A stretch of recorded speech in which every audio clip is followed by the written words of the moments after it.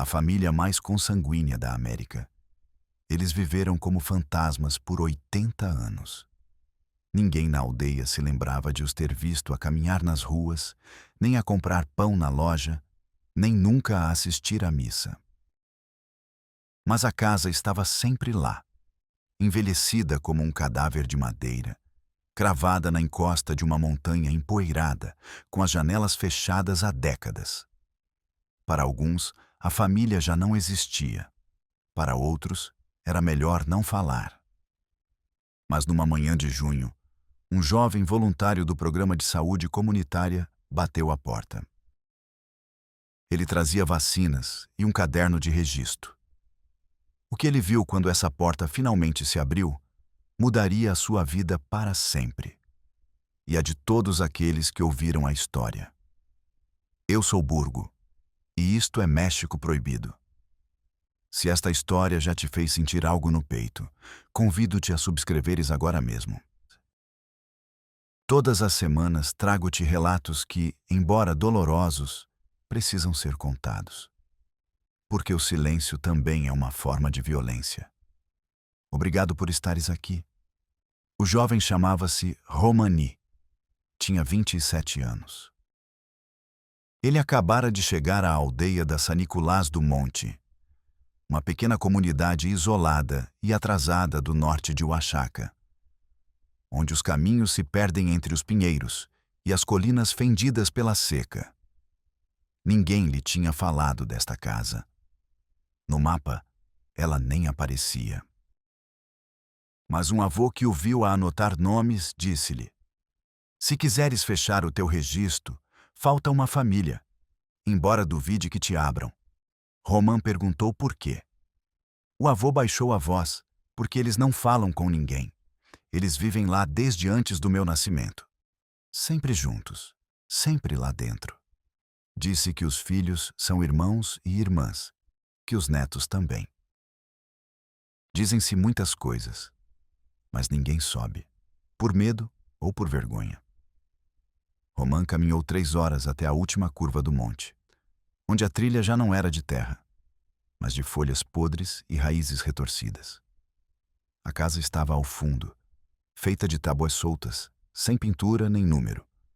Não havia nem cerca, nem cães. Apenas uma janela coberta com um pano cinzento. Ele bateu a porta com os nós dos dedos. Ele esperou. Ele bateu de novo. Ele ouviu passos suaves, como de criança descalça. Depois, um estalo. A porta abriu-se apenas alguns centímetros. Uma menina com olhos tristes olhou para ele. Ela devia ter cerca de 12 anos. O rosto redondo, os olhos muito afastados, os lábios rachados. Ela usava uma camisola de dormir branca manchada de terra. Ela não disse nada. Romã baixou a voz, sorrindo com ternura. "Olá, sou do centro de saúde. Vim apenas para ajudar. A tua mãe está aqui?" A menina baixou o olhar e apontou para dentro. Romã sentiu um arrepio.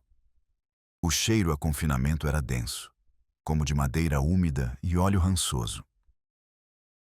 Quando a porta se abriu um pouco mais, ele não sabia se devia entrar. Mas ele fê-lo. A sala estava quase vazia. Apenas um colchão sem lençol, 2 cadeiras sem pés completos e uma mesa inclinada. Num canto, um velho sentado no chão murmurava palavras que ninguém compreendia.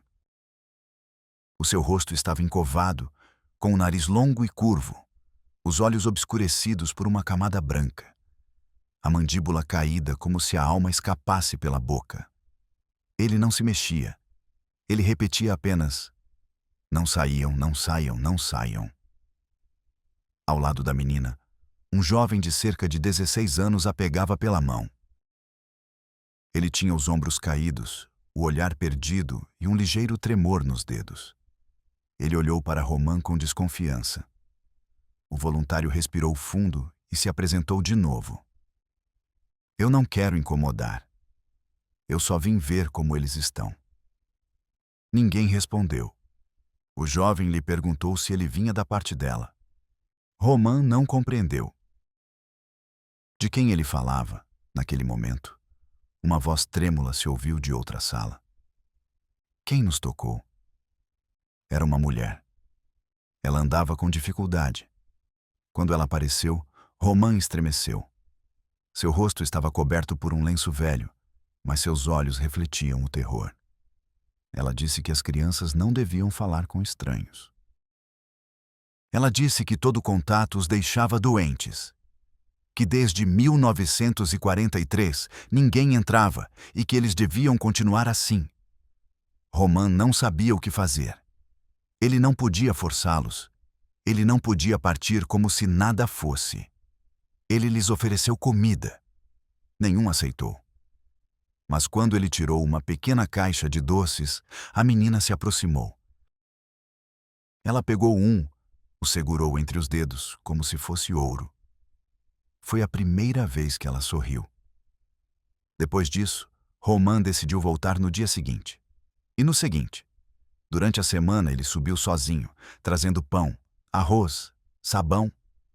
Pouco a pouco, as crianças começaram a lhe falar.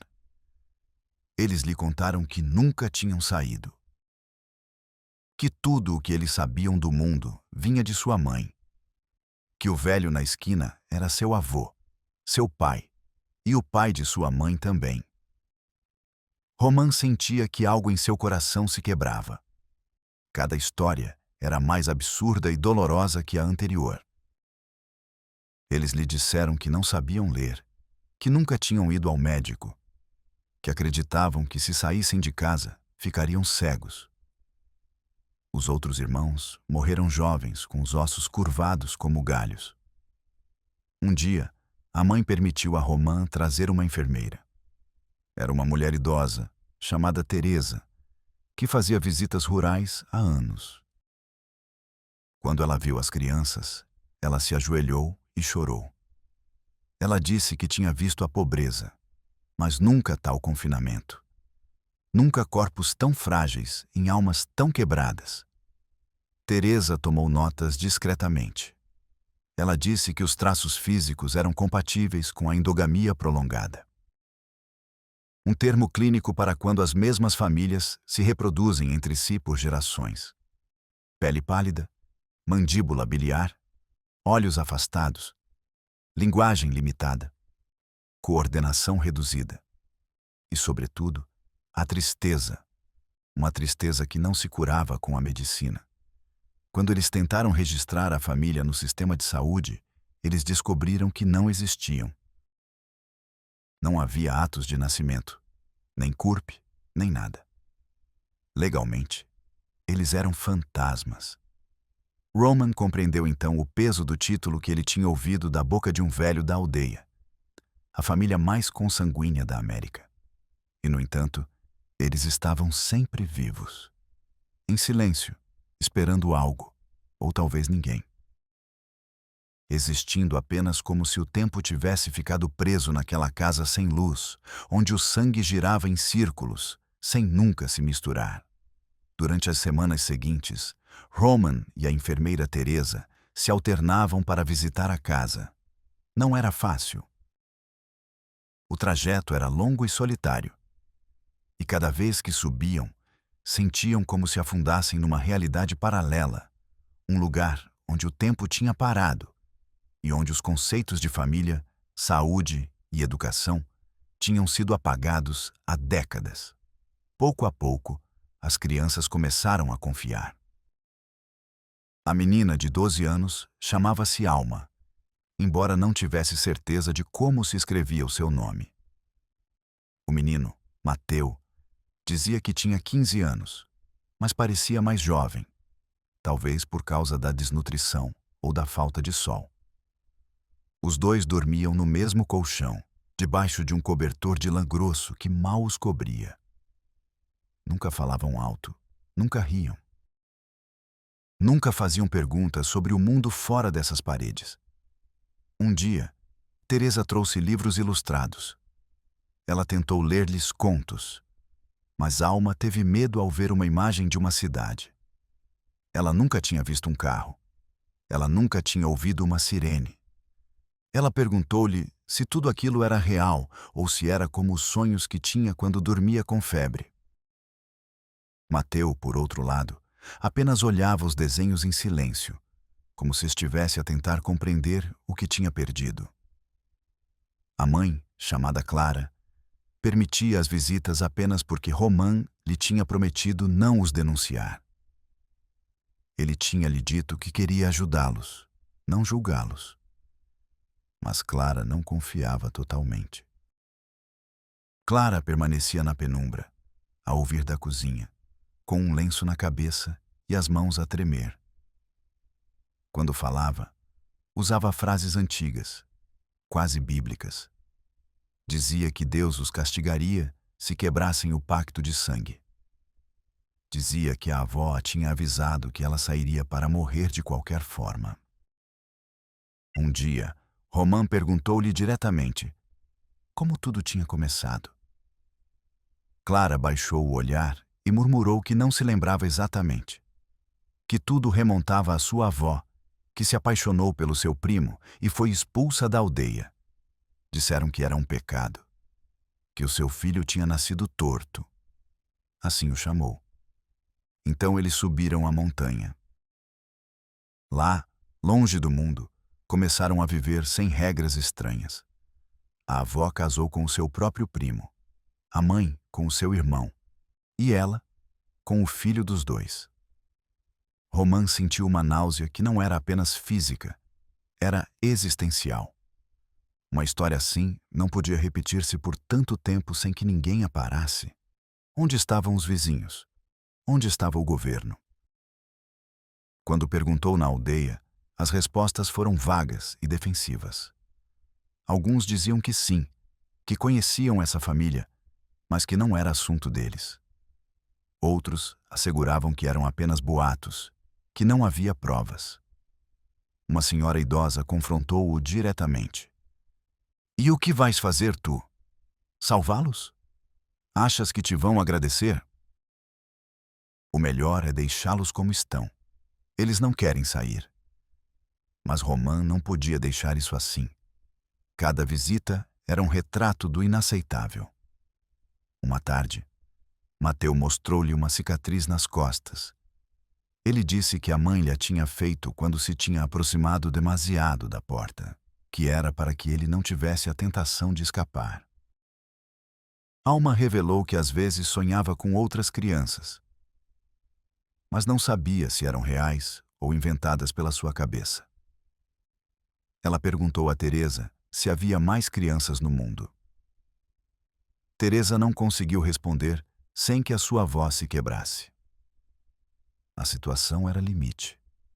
Havia um risco médico, psicológico, legal, humano. Teresa decidiu escrever um relatório para a Secretaria de Saúde, mas fê-lo sob pseudônimo, temendo represálias ou a indiferença. No documento, ela detalhou as condições: a endogamia visível, o abandono, a negligência sistemática, a falta total de identidade legal. Em poucos dias, ela recebeu uma resposta, caso em jurisdição clara. Foi sugerido que se encaminhasse para o DIF local. Quando eles contataram o DIF do estado, uma assistente social subiu com eles até a casa. Ela não durou mais de 10 minutos. Ao ver a família, ao ouvir os sussurros repetitivos do avô, ao perceber o cheiro de confinamento, ela disse que eles precisavam de uma equipe especializada e que isso levaria semanas. Ela nunca mais voltou. Quando Romã e Teresa decidiram agir por eles mesmos, eles não podiam esperar. Eles esperavam que uma das crianças morresse a qualquer momento. O avô mal comia. Clara tinha parado de falar com eles. Tudo desmoronava. E, no entanto, ninguém parecia disposto a intervir. Um dia, enquanto Alma dormia, Teresa cortou-lhe as unhas, lavou-lhe o cabelo, deu-lhe roupas limpas. Alma sussurrou em silêncio. Ela disse que ninguém a tinha tocado assim. Que a sua mãe só a abraçava quando estava doente e que Mateu era a única coisa que ela tinha. Teresa olhou para ela com ternura. Ela perguntou-lhe se ela gostaria de ir à escola. Alma não sabia o que era. Mateo, por outro lado, começou a escrever o seu nome numa folha, com letras tortas, trêmulas. Cada letra custava-lhe como esculpir em pedra. Mas ele conseguiu. Como me chamo? Depois ele olhou para Romã e perguntou-lhe: Isso torna-me real? Romã não conseguiu responder. Naquele dia, ao descer da montanha, os dois voluntários sabiam que algo tinha de mudar. Eles não podiam permitir que a história se repetisse para outra geração. Eles não podiam permitir que aquela casa continuasse a ser uma cápsula do tempo podre, escondida entre as árvores e as vergonhas. Então eles tomaram uma decisão. Eles obteriam provas, eles documentariam tudo. Outros, gravações, testemunhos. Eles criariam um dossiê que nenhum burocrata poderia ignorar. Não por estimativa, mas por factos. Pois o que estava em jogo não era apenas uma família. Era uma dívida histórica para com os invisíveis. Mas, quando estavam prontos para voltar com câmaras e testemunhas, algo aconteceu. A casa estava vazia. A porta estava entreaberta, pendurada numa dobradiça enferrujada. Não havia vestígios de Alma, nem de Mateo, nem de Clara, nem da fuga. Romã sentiu que o ar no seu peito congelava. Teresa tentou não entrar em pânico, mas as suas mãos tremiam. Eles tinham subido com a intenção de gravar a história, de recolher provas para mudar a situação. Em contrapartida, encontraram-se diante de uma casa vazia, silenciosa como um templo abandonado. Não havia nenhum sinal de luta, nem de malas, nem de comida levada. Não parecia ser onde o tinham visto pela última vez. O colchão da Anatídia no chão, o ursinho de peluche velho no canto, os livros de contos fechados sobre a mesa inclinada. Mas algo estava diferente. A atmosfera estava ainda mais pesada. Era como se a casa tivesse estado desabitada há muitos anos. O pó parecia mais espesso e o cheiro mais azedo. Romã caminhou lentamente em direção à sala dos fundos. Lá, ele encontrou uma pequena caixa de madeira. Havia uma mecha de cabelo amarrada com linha vermelha e um papel cuidadosamente dobrado. Era uma folha rasgada de um dos livros que Teresa lhes tinha trazido. No verso, escrito com grandes letras desajeitadas, dizia: Nós partimos por medo. Obrigado por nos terem olhado. Teresa desabou no chão. Ela não chorou. Ela não gritou. Ela apenas ficou lá, as costas curvadas, repetindo em voz baixa que não era justo. Que não podia ser assim. Que ninguém desaparece assim. Romã, tentando manter a calma, saiu para procurar pistas. Ele percorreu o trilho que descia da casa, gritando os nomes das crianças. Nada. Apenas o eco da sua floresta a ressaltar nas árvores. Eles decidiram descer imediatamente à aldeia e avisar as autoridades. Eles próprios lhes confiariam. Nas câmaras municipais, eles lhes disseram que a família tinha sido vista nessa mesma manhã, a carregar cobertores e um saco de plástico. Ariel lhes perguntou para onde eles iam. Ninguém os parou. O agente municipal disse num tom indiferente que não era sua responsabilidade. Se eles partiram, tanto melhor. Eles eram um problema. Romã e Teresa passaram dias a procurá-los. Eles perguntaram nas paragens, nos terminais de autocarro, em pequenas clínicas rurais. Eles mostraram desenhos feitos à mão dos rostos de Alma e Mateo, mas ninguém os tinha visto. Eles são como poeira levada pelo vento. Até que uma semana depois, Romã recebeu uma chamada de um hospital de Tlaxiaco. Uma menina tinha sido admitida com sintomas de febre alta, desidratação e confusão. Ela não tinha papéis. Ela não falava. ela repetia apenas uma palavra: Mateu. Romã e Teresa dirigiram-se imediatamente. Quando eles chegaram, viram Alma deitada numa maca improvisada, ligada a um soro. Os seus olhos estavam abertos, mas vazios. Ela tinha os cabelos cortados de forma irregular, e o seu corpo mostrava sinais de caminhada prolongada e de exposição ao frio. Ao ver Roman, os seus lábios mal se moveram. Ela sussurrou que se tinha perdido, que a mãe deles lhes tinha dito para se separarem se algo acontecesse, que Mateu tinha corrido para o rio, que o avô já não acordava mais. Teresa abraçou-a como uma filha. Mateu que desta vez ele não a deixaria sozinha, que eles fariam tudo para a proteger. Mas eles sabiam que não seria fácil. Alma não existia para o Estado. Ela não tinha nem nome, nem idade, nem nacionalidade. Era uma menor sem registro, sem provas de parentesco, sem direitos legais. Para o sistema, ela era invisível. Durante semanas, Alma foi estabilizada no hospital, enquanto Roman fazia diligências incansavelmente. Com a ajuda de uma advogada amiga, ele conseguiu iniciar um processo para lhe conceder uma identidade provisória. Mas quando eles tentaram atribuir-lhe um lugar num lar, os obstáculos surgiram. É um caso complicado, diziam eles. Ela tem um atraso cognitivo, traços genéticos não documentados, antecedentes incertos. Não podemos garantir a sua adaptação.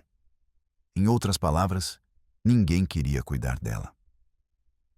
Enquanto isso, Alma perguntava por Mateu todos os dias. Ela dizia que ele devia estar escondido, que a mãe deles tinha dito que os protegeria do outro lado. Teresa tentava explicar-lhe com delicadeza que talvez Mateu não tivesse conseguido atravessar o rio. Mas Alma recusava-se a aceitar isso. Uma tarde, ela apertou forte a mão de Roman e disse-lhe: Ele prometeu-me que me encontraria. Ele sempre me encontra. Quando Teresa propôs algo impensável, que ela levasse Alma consigo. Adotá-la legalmente seria uma batalha, mas como guardiã temporária, ela poderia dar-lhe um lar, comida e afeto. Roman hesitou.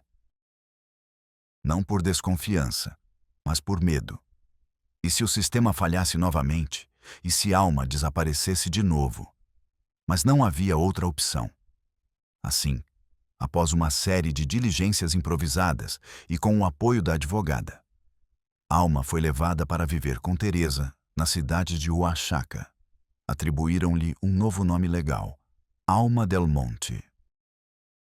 Pela primeira vez, ela teve uma certidão de nascimento, um número de processo, um caderno só dela. Mas a história não parou por aí. Um mês depois, enquanto reviam os documentos encontrados na antiga casa, Teresa descobriu algo que lhe gelou o sangue. Numa folha velha, guardada entre os restos de um baú, havia um desenho feito por mãos infantis. Eram 4 pessoas de mãos dadas. À direita, uma figura maior tinha um símbolo no peito, uma cruz. À esquerda, uma figura de cabelos longos segurava uma flor.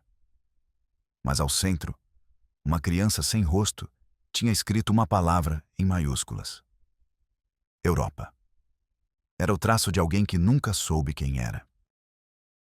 Roman compreendeu então que a história de Alma e Mateu não era uma exceção. Era uma ferida aberta. Um espelho do que acontece quando a miséria, o abandono e a ignorância são herdados como um sobrenome amaldiçoado. Quando o sangue se fecha e apodrece em si mesmo. Quando as crianças crescem a acreditar que não há mundo para além das paredes de sua casa. É por isso que decidiram ir além. Levariam o caso à mídia.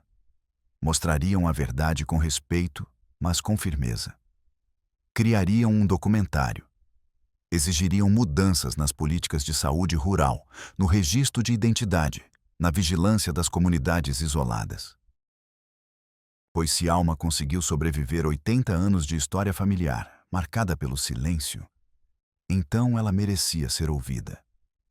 E talvez, apenas talvez, ela pudesse também encontrar o seu irmão.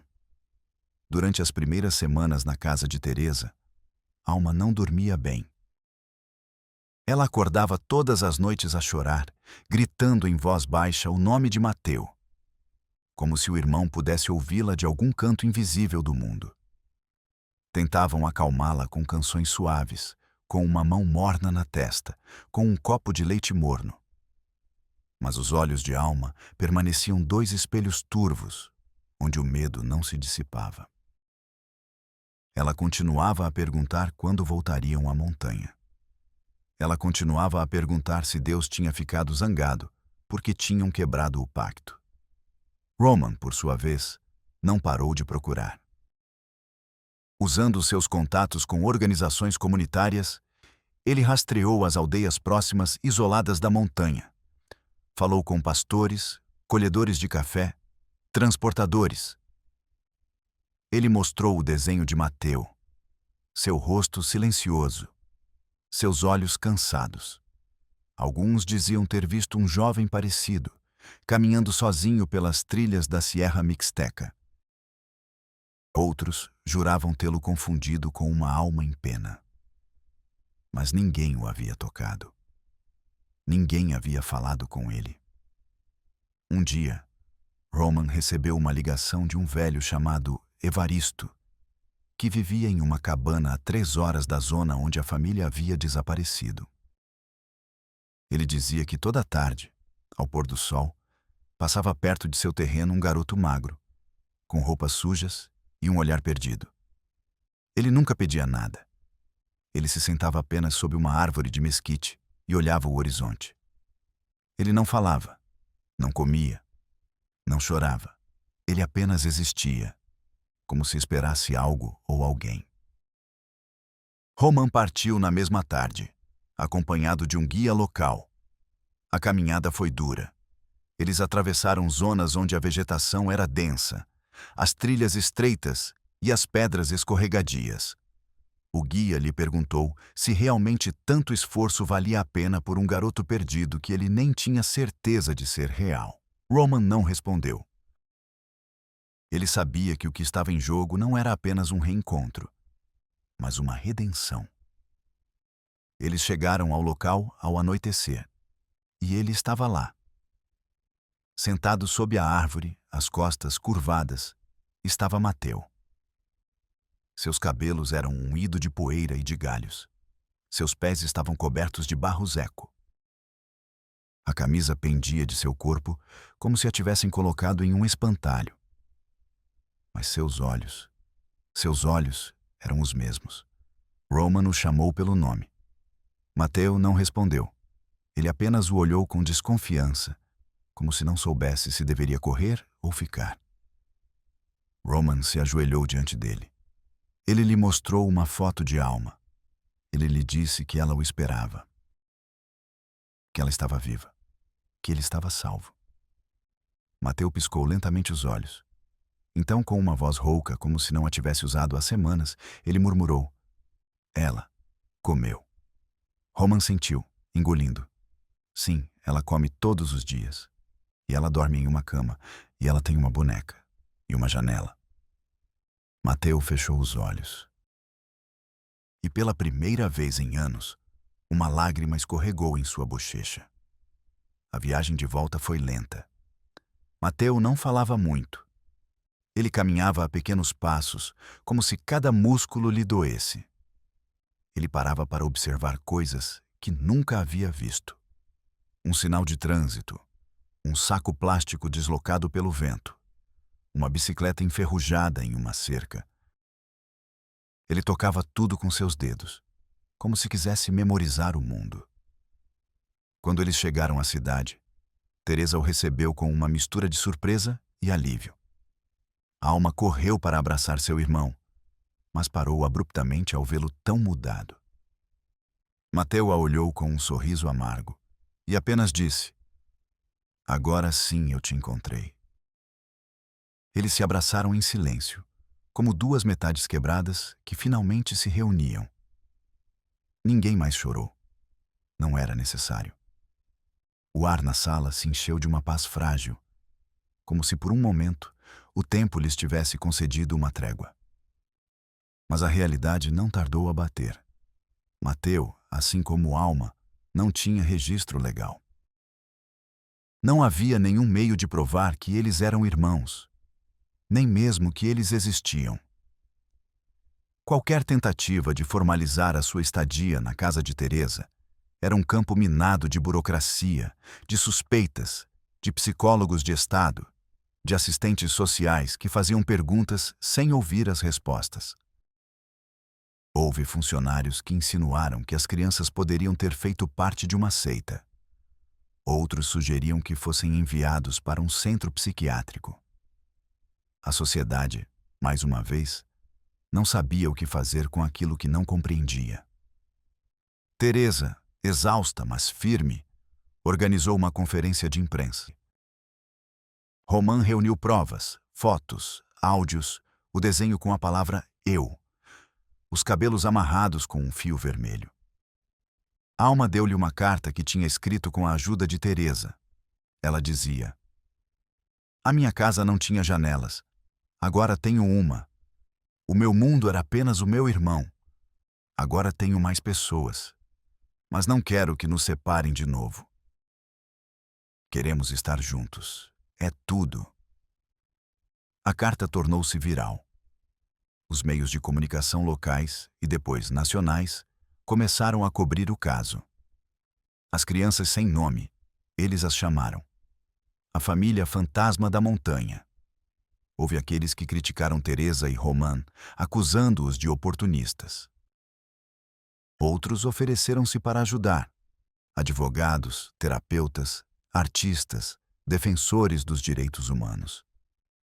A história tocou fibras que a maioria preferia não olhar: o abandono estrutural, a ignorância herdada, a endogamia rural, o desprezo pela vida invisível. Foi graças a essa pressão pública que um processo especial foi finalmente aberto na Comissão Nacional dos Direitos Humanos. Uma equipa forense viajou para San Nicolás del Monte e encontrou restos na casa. Ossos enterrados sob o chão, documentos queimados, brinquedos partidos. Foi confirmado que uma família viveu lá por mais de 70 anos, sem qualquer contato formal com o Estado. Mas a descoberta mais impactante foi um caderno escondido entre as vigas do telhado. Continha páginas com símbolos repetidos, desenhos de círculos dentro de círculos, palavras inventadas. Era uma linguagem própria, desenvolvida por gerações de isolamento. Cada símbolo parecia ter um significado emocional. Havia um que aparecia mais do que os outros, uma espiral cruzada com uma linha reta. Segundo os especialistas, isso poderia significar família ou talvez nós. A história tornou-se uma causa. Uma lei foi proposta para melhorar o estado civil nas zonas rurais. Brigadas de atenção foram designadas para comunidades em risco de isolamento. Mas para Alma e Mateu, tudo isso era distante, abstrato. O que importava era que eles agora tinham nomes, camas separadas, escovas de dentes de cores diferentes e uma pessoa que os abraçava sem medo. Uma tarde, enquanto brincavam no pátio da casa de Teresa, Alma perguntou ao irmão: "O que é que a mãe está a ver isso?" Mateu não respondeu imediatamente. Ele olhou para o céu alaranjado, depois para as plantas, depois para a Alma. E ele disse: "Talvez sim, mas não do céu, do interior, porque ela está aqui e aqui." E ele apontou para o peito. Teresa observava-os da janela. Ela sabia que ainda restava muito a curar, que os traumas não se apagam com documentos nem com aplausos. Mas ela sabia também que, pela primeira vez, essas crianças dormiam sem medo. E que o silêncio de 80 anos tinha sido finalmente quebrado. A história de Alma e Mateu continuou a ressoar durante meses nos meios de comunicação. Alguns jornalistas tentaram entrevistá-los, mas Teresa foi clara desde o início. Eles não são um espetáculo. Eles não são um caso. São crianças e merecem uma vida normal. Com o tempo, os holofotes apagaram-se. As pessoas distraíram-se com novas notícias, novos escândalos, novas tragédias. Mas numa pequena casa no centro de Oaxaca, a vida continuava. Mateu começou a frequentar uma escola especial. Ele tinha dificuldade em adaptar-se no início. Ele sentia-se diferente, desajeitado, deslocado. Mas ele encontrou um mestre que não o olhava com pena, mas com paciência. E um dia, numa aula de arte, ele desenhou algo que deixou a sala em silêncio. Era uma árvore seca, com raízes entrelaçadas como serpentes. E num dos ramos, 2 crianças seguravam as mãos. Quando o mestre lhe perguntou o que isso significava, Mateu disse: "É onde crescemos." Mas já não estamos lá. Alma, por seu lado, tornou-se a sombra alegre de Teresa. Ela ajudava em tudo, a varrer, a preparar tortilhas, a regar as plantas. Ela perguntava o significado das palavras que ouvia na rádio e gostava de ouvir canções antigas. Todas as noites, antes de dormir, ela pedia que lhe lessem uma história. A sua preferida era uma sobre uma menina que se tinha perdido na floresta, mas tinha encontrado uma flor que brilhava na escuridão. Alma dizia que essa flor era como Roman. Roman continuou o seu trabalho em comunidades esquecidas, mas algo nele tinha mudado. Ele já não era apenas um voluntário, era uma testemunha. Cada vez que batia a uma porta numa colina remota, ele fazia-o com a certeza de que por trás poderia haver outra alma, outro Mateu, outra história que merecia ser contada. E acima de tudo, salva. Uma tarde, Teresa encontrou os 2 irmãos sentados em silêncio sob o sol. Alma segurava o velho ursinho de peluche que eles tinham recuperado da casa da montanha. Mateu dizia-lhe que talvez aquele urso estivesse lá desde antes de eles nascerem, que talvez tivesse pertencido ao primeiro filho da sua linhagem. Alma olhou para ele e perguntou-lhe se isso significava que agora eles eram os últimos. Mateu refletiu um instante e disse: "Não. Nós somos os primeiros, os novos." Nesse mesmo dia, Teresa entregou-lhes um álbum de fotos que ela tinha mandado imprimir. Na capa, uma imagem simples, os 3 a sorrir, com as suas roupas habituais, no pátio da casa. Ao abri-lo, Alma viu algo que a deixou sem palavras. Na primeira página, em vez de uma fotografia, havia uma folha em branco. E nela, com grandes letras escritas à mão, dizia: "Aqui começa a nossa história." Ninguém disse nada durante vários minutos. Depois, Mateu levantou-se e foi buscar um lápis. Ele desenhou uma espiral cruzada com uma linha reta. O mesmo símbolo que eles tinham visto no caderno escondido da casa. Alma olhou para ele, sorriu e escreveu por baixo uma palavra que ela agora conseguia escrever sozinha: nós. Nessa noite, Teresa acendeu uma vela na janela, como fazia cada vez que queria recordar aqueles que não tinham conseguido sair do silêncio. Aqueles que tinham permanecido presos no tempo, no medo, na ignorância. Aqueles que ninguém foi procurar. E enquanto a chama dançava, Alma e Mateu dormiam abraçados, sem saber que eram, no fundo, uma chama também. Uma que não se apaga. A história desta família nos obriga a olhar para onde não queremos, sem comodidade. Ela nos confronta com as falhas do sistema, com o egoísmo do mundo moderno, com os erros herdados que às vezes preferimos ignorar. Mas isso também nos mostra que o amor, a paciência e a verdade podem abrir portas que estiveram fechadas por gerações. E se você chegou até aqui, se esta história te tocou mesmo por um instante, eu te convido a se inscrever no canal México Proibido. Porque enquanto houver pessoas que escutam, que compartilham, que perguntam, o silêncio não poderá vencer. Aqui, as histórias que doem também têm voz. Aqui, os esquecidos importam. Deixe-me seu comentário. O que você sentiu ao saber da história de Alma e Mateu? O que você acredita que devemos mudar como sociedade para que isso não se repita mais? Eu te leio. E, acima de tudo, não se esqueça que mesmo que uma família viva como fantasmas por 80 anos, sempre há uma maneira de voltar à luz. Obrigado por estar aqui.